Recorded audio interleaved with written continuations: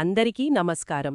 మనలో చాలామందికి సొంత ఇల్లు అనేది అది కేవలం ఒక కట్టడం కాదు, అదొక పెద్ద కల. ఒక భావోద్వేగం. అవును, జీవితంలో సాధించాలనుకునే ఒక పెద్ద మైలురాయి. కాని ఆ కలను నిజం చేసుకునే దారి కొన్నిసార్లు చాలా గజిబిజిగా అనిపిస్తుంది. డబ్బు, ప్లానింగ్, సరైన స్థలం. ఎక్కడ మొదలుపెట్టాలో కూడా తెలియదు. నిజమే. సరిగ్గా ఈ గందరగోళం మధ్య ఒక స్పష్టమైన దారిని చూపించే ప్రయత్నం మనమీరోజు చర్చిస్తున్న మూలపత్రంలో ఉంది. అవును, ఇది ప్రముఖ జ్యోతిష వాస్తు పండితులు శ్రీ గురుమంచి రాజేంద్ర శర్మ అందించిన ఒక అద్భుతమైన మార్గదర్శకం. ఇందులో కేవలం వాస్తు గురించే కాదు, ఒక కలను నిజం చేసుకోవడానికి మన లోపల ఎలాంటి శక్తులను కూడగట్టుకోవాలో చాలా వివరంగా చెప్పారు. అవును, నాకిందులో నచ్చిన అసలు విషయమే అది. ఇది కేవలం ఇలా పూజ చెయ్యండి అని చెప్పి వదిలేయలేదు. కరెక్ట్. ఒక ఆలోచనను ఒక వాస్తవంగా మార్చడానికి కావాల్సిన ఆధ్యాత్మిక, మానసిక, శారీరక, ఆఖరికి మేధోపరమైన శక్తులను ఎలా ఒకదానితో ఒకటి జోడించాలో వివరిస్తోంది. ఒకదానిపై ఒకటి శక్తులను పేర్చుకుంటూ వెళ్లడమన్నమాట. అంతే. ఈరోజు మన మాటల్లో ఆ పద్ధతిని విడమరిచి తెలుసుకుందాం. సరే, ఈ ప్రయాణంలో మొదటి అడుగు ఏంటి? ఈ మార్గదర్శకల్లో చెప్పిన మొదటి విషయం చూడ్డానికి చాలా చిన్నదిగా, సింపుల్గా అనిపిస్తుంది. ప్రతిరోజూ ఇంటి నిర్మాణం కోసం ఒక డబ్బాలో కొంత డబ్బు వెయ్యాలట. ఇది మనం చిన్నప్పటినుంచి వింటున్నదే కదా. మంచి ప్రశ్న. ఇక్కడ అసలు మ్యాజిక్ డబ్బులో లేదు, ఆ పనిచేసే విధానంలో ఉంది. దాని వెనుకున్న నియమంలో ఉంది. నియమంలోనా? అవును. రోజూ స్నానం చేశాక దేవుడు ముందు నిలబడి, స్వామీ, నేను ఇల్లు కట్టుకోవాలనుకుంటున్నాను అని మన కోరికను స్పష్టంగా చెప్పుకోవాలి.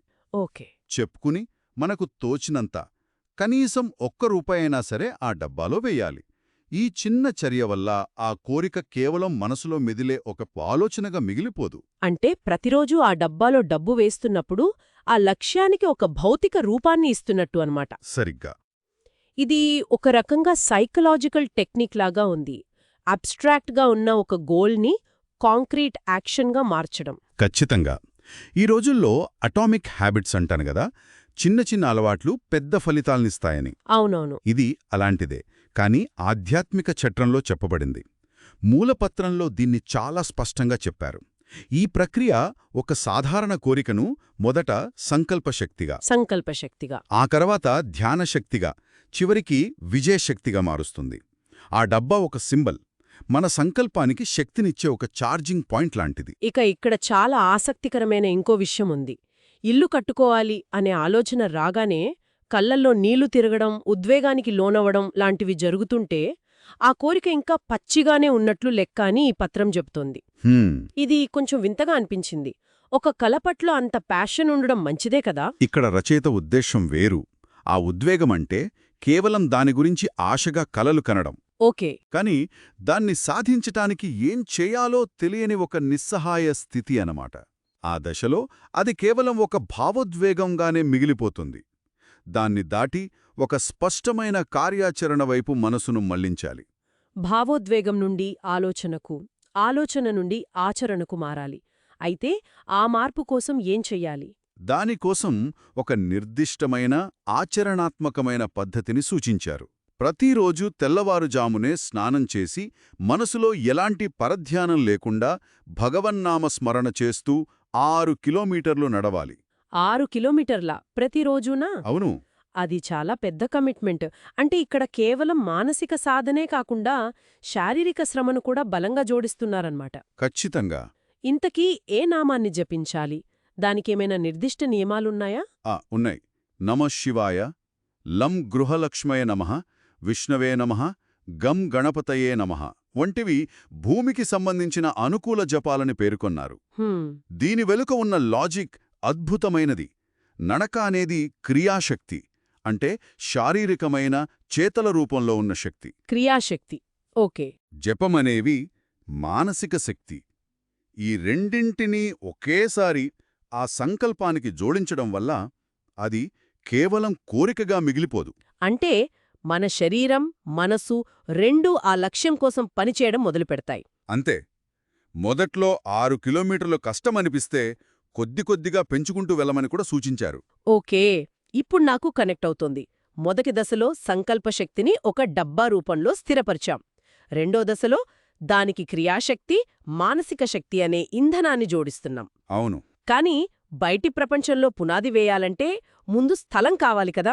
స్థలం ఎంపిక గురించి ఏం చెప్పారు? ఇక్కడే ప్రముఖ జ్యోతిష్య వాస్తు పండితులు శ్రీ గురుమంచి రాజేంద్ర శర్మ గారి అసలైన నైపుణ్యం కనిపిస్తుంది.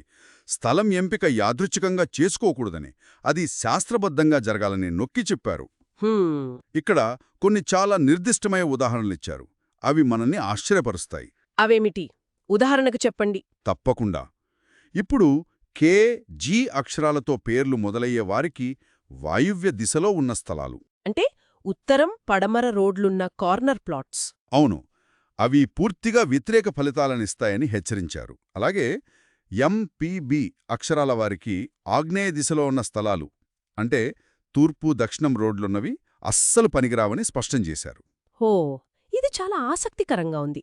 అంటే ఇది కేవలం దిక్కుల గురించిన సాధారణ వాస్తు సలహా కాదు. కాదు. వ్యక్తి పేరులలోని అక్షరాలకు స్థలం, దిశకు మధ్య సంబంధముందని ఆయన సిద్ధాంతం చెప్తోంది. చాలా పర్సనలైజ్డ్ అప్రోచ్ ఇది. సరిగ్గా. అందుకే కుటుంబ సభ్యులందరి జాతకాలు, పేర్లను అనుసరించి ఏ స్థలం సరిపోతుందో ఒక నిపుణుడి సలహాతోనే నిర్ణయించుకోవాలని గట్టిగా సూచించారు. సరే, సరైన స్థలం దొరికిందనుకుందాం. ఇక కావాల్సింది డబ్బు మరియు ఇంటి ప్లాన్. ఆర్థిక ప్రణాళిక, డిజైన్ గురించి ఏం సూచించారు? ఆర్థిక ప్రణాళికలో ముందు చూపు చాలా అవసరం.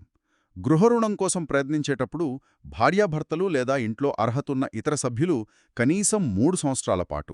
3 సంవత్సరాలా? అవును.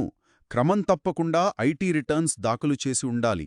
ఇది బ్యాంకుల నమ్మకాన్ని పొందడానికి చాలా ముఖ్యం. ఇదొక పక్కా ప్రాక్టికల్ సలహా. మరి ఇంటి డిజైన్ గురించి? చాలామంది ఆర్కిటెక్ట్ చూసుకుంటారులే అని వదిలేస్తారు కదా. కానీ ఇక్కడే రచయిత ఇంకో శక్తిని జోడించమంటారు. అదే బౌద్ధక శక్తి. బౌద్ధక శక్తి అంటే మేధోపరమైన శక్తి. అవును. మనమే స్వయంగా ఒక కాగితంపై మనింటికి ఒక రఫ్ ప్లాన్ గీసుకోవాలి.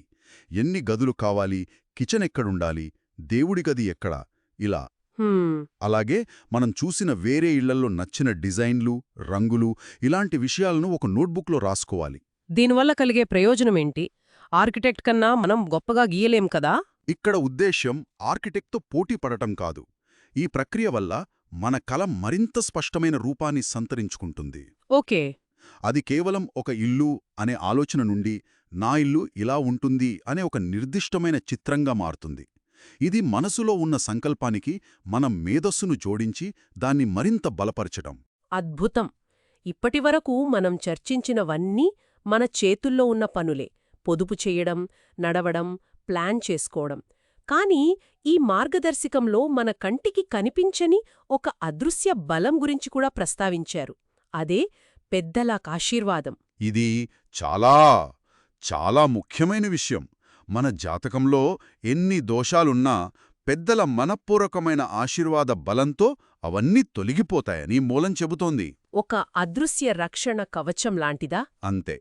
అందుకే తల్లిదండ్రులు, అత్తమామలు లేదా గురువుల పట్ల ఏవైనా పాత పగలు, ద్వేషాలు, ఇలాంటి ప్రతికూల భావనలుంటే వాటిని మనసులో నుండి తీసేయాలని గట్టిగా సూచించారు. కానీ కొన్నిసార్లు సంబంధాలు చాలా సంక్లిష్టంగా ఉంటాయి.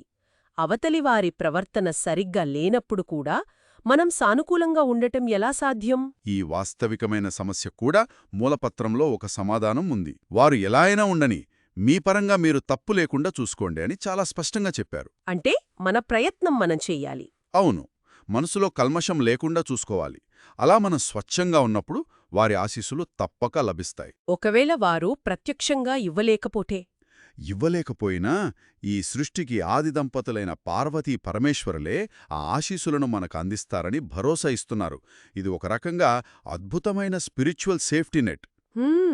మన చేతుల్లో లేని విషయాల గురించి చింతించకుండా మనల్ని మనం సరిదిద్దుకోవడంపై దృష్టి పెట్టమంటుంది.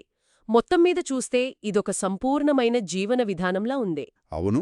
కేవలం వాస్తు పూజలు చేయమనో లేక కేవలం లోన్ కోసం ప్రయత్నించమనో చెప్పడం లేదు. వీటన్నిటినీ ఒకే లక్ష్యం కోసం ఏకం చేసే ఒక సమగ్రమైన పద్ధతి ఇది. ఖచ్చితంగా. అందుకే ప్రముఖ జ్యోతిష్య వాస్తు పండితులు శ్రీ గురుమంచి రాజేంద్ర శర్మ అందించిన ఈ మార్గదర్శకాలను శ్రద్ధగా పాటిస్తే 3 సంవత్సరాల్లోపే లక్ష్యం నెరవేరుతుందని. 3 సంవత్సరాలలోపేనా? అవును. ఇంకా ఎక్కువ ఏకాగ్రత, శ్రద్ధ పెడితే ఇంకా త్వరగా ఫలితం వస్తుందని పేర్కొన్నారు. ఈ చర్చను ముగించే ముందు ఈ మూలపత్రంలోని ఒక చివరి వాక్యం నన్ను బాగా ఆలోచింపజేస్తోంది. అవ్యక్తంగా ఉన్న శక్తులు తగిన బలం సమకూరినప్పుడు పదార్థముగా వ్యక్తమవుతాయి. మ్మ్. అంటే కనిపించని శక్తులు తగినంత బలాన్ని పుంజుకున్నప్పుడు అవి మన కంటికి కనిపించే వస్తువుగా మారతాయి. ఇది చాలా లోతైన ఫిలాసఫీలా ఉంది. అవును, ఇది మనం ఇంతసేపు చర్చించుకున్నదాని సారాంశం. మన ఆలోచనలు, సంకల్పాలు ఇవన్నీ అవ్యక్త శక్తులే. కంటికి కనిపించవు. కరెక్ట్. మనం ఇంతసేపు చర్చించుకున్నాం పొదుపు, జపం, నడక, ప్రణాళిక, పెద్దల ఆశీస్సులు. ఇవన్నీ ఆ కనిపించని శక్తికి బలాన్ని చేకూర్చే సాధనాలు. ఆ శక్తి ఒక స్థాయికి చేరి తగినంత బలాన్ని పుంజుకున్నప్పుడు అది భౌతిక రూపం ధాలుస్తుంది. అదే మనం కట్టుకోవాలనుకుంటున్న ఇల్లు. సరిగ్గా అదే. అద్భుతం. మన ఏకాగ్రతతో కూడిన ఆలోచనలు, చర్యలు ఆ కనిపించని శక్తిని కూడగట్టి ఒక ఇంటివంటి వాస్తవాన్ని సృష్టించే ఒక ప్రక్రియయే కావచ్చు కదా. ఈ ఆలోచనతో ఈరోజు చర్చను ముగిద్దాం. తప్పకుండా. ఇది నిజంగా లోతుగా ఆలోచించాల్సిన విషయం. ఈ విశ్లేషణను విన్న ప్రతి ఒక్కలి గృహ నిర్మాణ సంకల్పం త్వరగా, ఎలాంటి ఆటంకాలు లేకుండా నెరవేరాలని మనస్ఫూర్తిగా ఆశిస్తున్నాము. సర్వే జనాః సుఖినో భవంతు. శుభం భవతు. స్వస్తి.